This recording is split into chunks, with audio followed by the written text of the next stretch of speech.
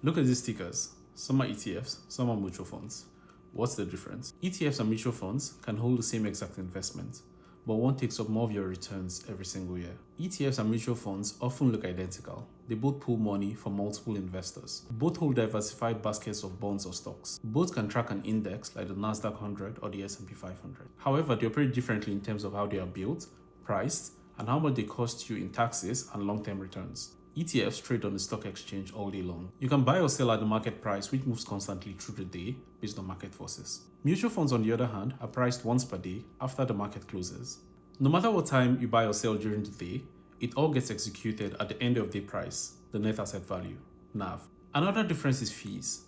ETFs are usually passively managed. They simply track an index, so the fees are quite low, compared to a mutual fund that is actively managed. There might be a fund manager with a research team trying to pick stocks and beat the market. This leads to management fees that can be anywhere between 1 and 3% per year. That difference sounds small, but compounds heavily. For example, on a 100,000 portfolio at a 7% return, paying 2% in fees instead of 0.25% can significantly reduce your wealth by hundreds of thousands.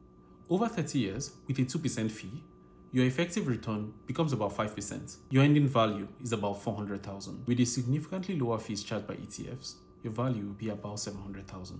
The fees cost you about 300,000 in the long term. When you consider taxes, ETFs are generally more tax efficient because of how shares are created and redeemed. They tend to trigger fewer capital gains distributions compared to mutual funds, which reduces taxable events for investors. Mutual funds frequently distribute capital gains to investors when the manager buys or sells securities within the fund. Over long periods of time, fees matter more than anything else in investing.